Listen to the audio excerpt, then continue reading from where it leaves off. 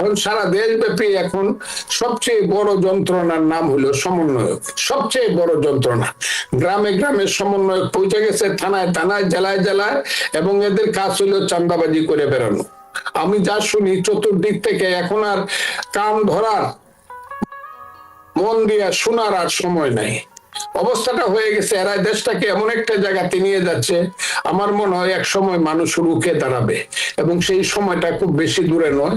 এরা যা করছে, এরা নিজেদের সুখ বুক বৃত্ত বৈভব বিলাস বাড়ানোর জন্য এরা যা করছে, এগুলা এখন আমার মুখে বলা বড় বিপদ।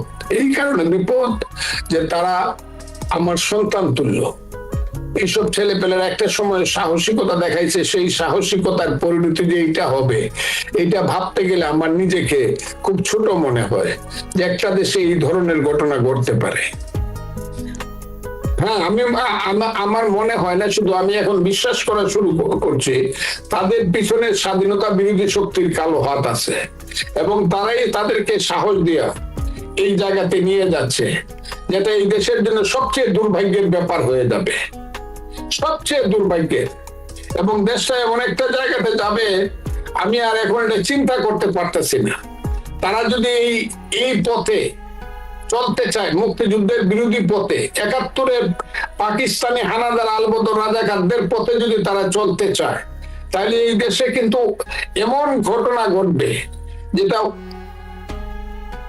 আমি আর বলতে চাই না। এবং আমি তাদেরকে অনুরোধ করব, তোমরা বাবারা, তোমরা এই পথ থেকে ফিরে আসো। এবং ইউনূস সাহেবকে আমি অনুরোধ করব, আপনি অনেক বড় মাপের মানুষ, আপনাকে আমরা বড় বিশ্বাস করি এবং করছিলাম বড় বিশ্বাস। আপনি দেশকে আর গৃহযুদ্ধের দিকে নিয়ে যায় না। আপনারা যে পথে চলতেছেন সেই পথটা কিন্তু বাংলাদেশের ধ্বংসের পথ। এই পথে কিন্তু গত ৫৪ বছর যাবৎ স্বাধীনতা বিরোধীরা চলছে, তারা কোনো নিজেদেরকে তারা প্রতিষ্ঠিত করতে পারে নাই। এখন আপনাদের ছত্রছায়া ৫ই আগস্টের আন্দোলনের একটা কথা বলে, একটা বাহানা করে আপনাদের ছত্রছায়া এখন স্বাধীনতা বিরোধী শক্তি বাংলাদেশের মুক্তিযুদ্ধের উপরে প্রতিশোধ নিতে যাচ্ছে। সেই প্রতিশোধের স্পৃহার পর থেকে আমি মনে করি ইউনূস সাহেব, আপনি তাদেরকে বিরত করতে পারেন, এবং বিরত না করলে পরে সমস্ত দায়ী আপনি হবেন কিনা নিজে চিন্তা করে দেখবেন। কথাটা খুব বোঝার চেষ্টা করেন। এখন তো নির্দিষ্ট ভাবে বলা হচ্ছে ৭১-এর মুক্তিযুদ্ধ এটা হলো সেপারেশন ওয়ার, এটা রিয়েল মুক্তিযুদ্ধ না। রিয়েল মুক্তিযুদ্ধ নাকি ৪৭ এবং ২৪। তারা এখন বলতে, এখন তো এটা তারা সামনে আসছে এইভাবে, অর্থাৎ স্বাধীনতা বিরোধী শক্তি ডাইরেক্টলি সামনে আসতে চাচ্ছে, এটি আমার মনে হচ্ছে। ওই যে ইউনূস সাহেব অনন্তকাল ক্ষমতায় থাকবে, যে শিশু বাচ্চা গুলাকে নিয়ে এবং বড় বড় কথা বলবে, যারা মেম্বার চেয়ারম্যানের মতো ভোট পাবে না একটা ইলেকশনে দাঁড়াইলে, যাদের রাজনীতির কোনো ইতিহাস নাই। এখন বাংলাদেশের মানুষ কিন্তু রাজপথে নেমে এক সময় বলেই ফেলবে, ইলেকশন কবে দিবেন কর, নাইলে রাজপথ থেকে উঠবো না। ইলেকশন কিন্তু দিতে হবে। এখন ছাত্ররা বলতেছে, ছাত্রদের পিছনে একটা কালো শক্তি আছে, একটা কালো হাত আছে, কথা তো বললাম। এরা কিন্তু গত ৫৪ বছর যাবত নিজেদের সেই পরাজয়ের প্রতিশোধ নেওয়ার জন্য স্বাধীনতা বিরোধী শক্তি চেষ্টা করছে, পারে নাই। এখন এসে তারা একটা সুবিধাজনক জায়গায় দাঁড়াইছে, কাজেই তারা জয় লাভ করে ফেলছে, এটা বলা ঠিক হবে না। একটা ব্লাফের মধ্য দিয়ে, একটা মুনাফিকের মধ্য দিয়ে একটা জায়গায় এসে দাঁড়াইছে, কিন্তু সবটা জয় করে ফেলছে, এটা বলা ঠিক হবে না। মুক্তিযুদ্ধ বাদ দিয়ে বাংলাদেশ মানুষ মানবে না। আমি আপনাকে এই কথা খুব পরিষ্কার ভাবে বলতেছি, বাংলাদেশ মুক্তিযুদ্ধের পথে থাকবে।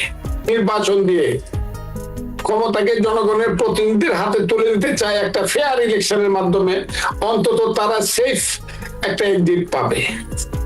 আর যদি অনন্তকাল থাকতে চায় কূটকৌশল করে, বিভিন্ন ধরনের অপবাদী কথা বলে, অপবাদ দিয়ে বিভিন্ন ধরনের রং তামাশা করে, বা বিনা যুক্তিতে যুক্তি তৈরি করে, বিনা কারণে কারণ তৈরি করে যদি ক্ষমতায় বেশি দিন থাকতে চায়, ক্ষমতাকে দীর্ঘায়িত করতে চায়, তাহলে আগের যারা এইসব করছে তাদের যে পরিণতি হয়েছে, তাদের পরিণতি ভিন্ন কিছু হবে বলে আমি মনে করি না। জনগণ তাদেরকে ওই শিক্ষাটাই দিবে। এমন জটিল এবং কঠিন, যেটা আমাদের ভারপ্রাপ্ত চেয়ারম্যান জনাব তারেক রহমান বারবারই বলছে যে যারা সোজা মনে করতেছেন বিএনপি যে এটা মানে কলা দিয়া দুধ খাওয়ার মতো সহজ, এত না। এখন রাজনীতি আগের যে কোনো সময়ের চেয়ে কঠিন। আমার কাছে মনে হয় এখনকার যে ভবিষ্যৎটা আগের যে কোনো সময়ের চেয়ে বাংলাদেশের জন্য কঠিন অবস্থায় দাঁড়াইছে। আমি কল্পনা করতেও আমার মাঝে মধ্যে ভয় লাগে, কল্পনা করতেও, যে তারা যদি এই অন্যায়ের পথে, অপরাধের পথে, মুক্তিযুদ্ধ বিরোধী পথে তারা যদি আরো চলতে থাকে, তাহলে এই দেশের অবস্থা আল্লাহ কোন দিকে নিবে এটা আল্লাহ মালুম। আমি এখনো সবটা বলতে চাই না। আমি যে কথাটা বলি, যতক্ষণ পর্যন্ত তারা ক্যামোফ্লেজ করতে পেরেছে, নিজেদেরকে রাগ ডাক করে আড়ালে রাখতে পারছে, ততক্ষণ পর্যন্ত কিছুটা সুবিধা তারা নিতে পারছে। এখন যখন মানুষ তাদেরকে চিনে ফেলছে যে এরা ওই যে আসলে যে উপরের যে মুখটা সেটা মুখ না, সেটা হলো মুখোশ, আসলে যে তাদের কুৎসিত মুখটা যখন এখন মানুষ আস্তে আস্তে দেখতে শুরু করছে, কাজে আর খুব বেশি দূর আগাতে পারবে বলে আমার মনে হয় না। বাংলাদেশে থাকতে হলে মুক্তিযুদ্ধকে মেনেই থাকতে হবে, বাংলাদেশে থাকতে হলে বাংলাদেশের প্রতিষ্ঠাকে মেনেই থাকতে, বাস্তবতাকে মেনেই থাকতে হবে। বাংলাদেশে থাকতে হলে ওই যে বলতেছে 72-এর সংবিধান কবর দিয়ে দিব, না, 72-এর সংবিধান লক্ষ লক্ষ মানুষ, 30 লক্ষ মানুষের রক্তের আকরে লেখা সংবিধান।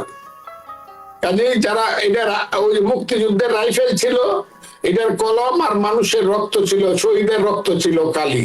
কাজে 72-এর সংবিধানকে পট করে কবর দিয়ে নতুন করিয়া এই দেশে আবার তালেবান শাসন কায়েম করবে, ইম্পসিবল। এটার নাম হলো সুজলা সুফলা শস্য শ্যামলা সোনার বাংলাদেশ, বুঝতে হবে।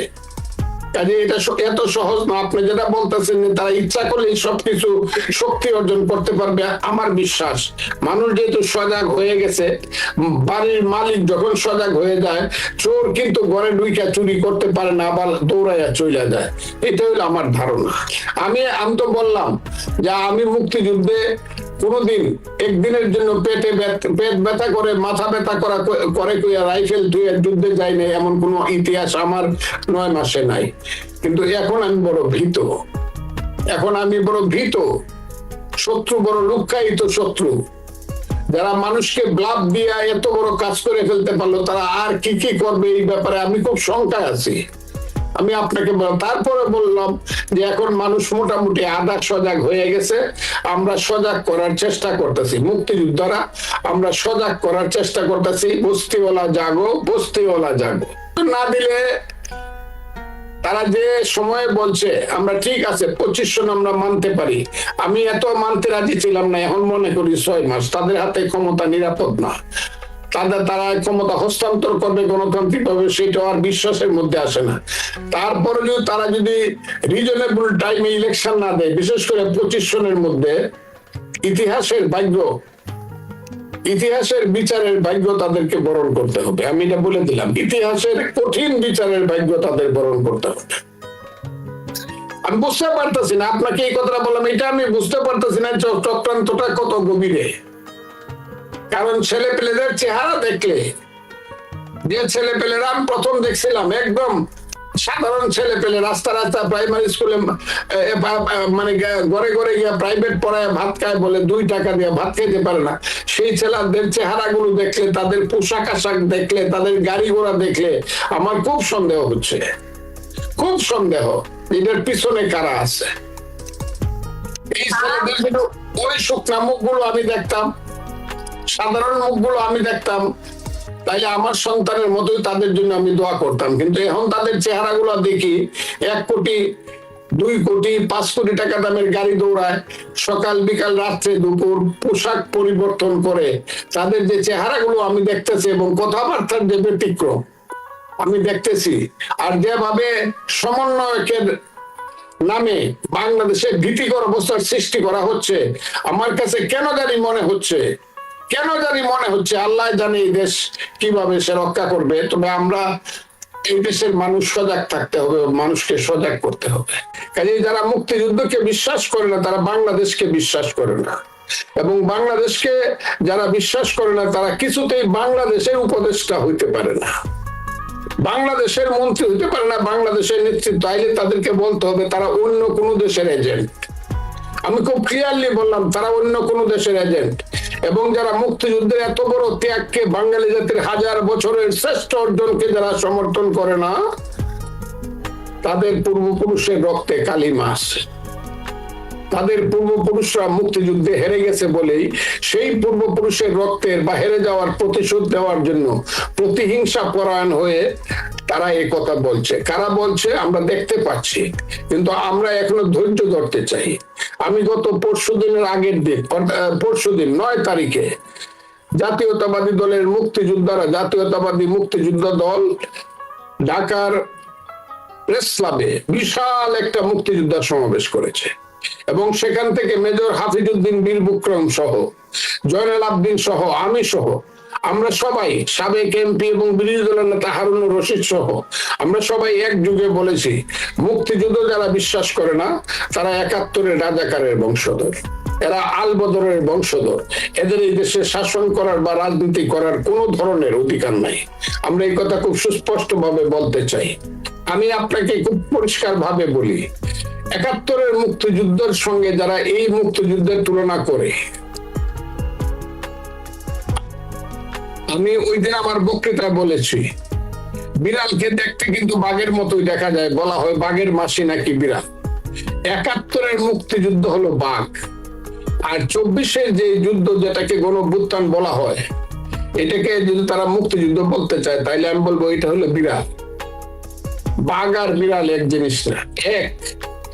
2 নম্বর হলো এরা কারা, যারা বলে যে 24 তারিখে তারা মুক্তিযুদ্ধ করেছে এবং সেই মুক্তিযুদ্ধের ভ্যানগার্ড ছিল ছাত্র শিবির।